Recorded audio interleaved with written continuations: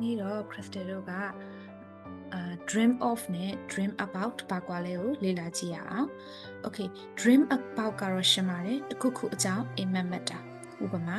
I dreamed about my old school ငါအကြောင်းအိမ်မက်မက်ခဲ့ She dreams about her childhood သူမရဲ့ငယ်ဘဝအကြောင်းအိမ်မက်မက်တယ် He dreamed about flying သူပြန်တာကိုအိမ်မက်မက်ခဲ့တယ်ပေါ့နော်ကဲဒါဆိုလို့ရှိရင် dream of ကရောဘာအဓိပ္ပာယ်လဲ dream of ကကြတော့ dream about နဲ့မတူပါဘူးသူကကြတော့စိတ်ကူးရင်တဲ့အခြေအနေတွေလိုချင်တဲ့ကိုယ့်ရဲ့ desire ပေါ့နော်အဲ့လိုမျိုးအခြေအနေကိုပြောပါတယ်ဥပမာ She dreams of becoming a doctor သူမကဆရာဝန်တယောက်ဖြစ်ချင်တာ He dreams of a better life သူက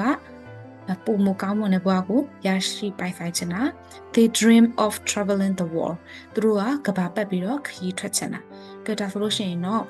dream about နဲ့ dream of ရဲ့ကြားထဲကခြားနာချက်တွေသိလောက်ပြီလို့ထင်ပါတယ်ပို့ပြီးတော့မှမမီတော့ comment လေးရေးခဲ့ပေးပါအောင်နော် See you in the next video bye bye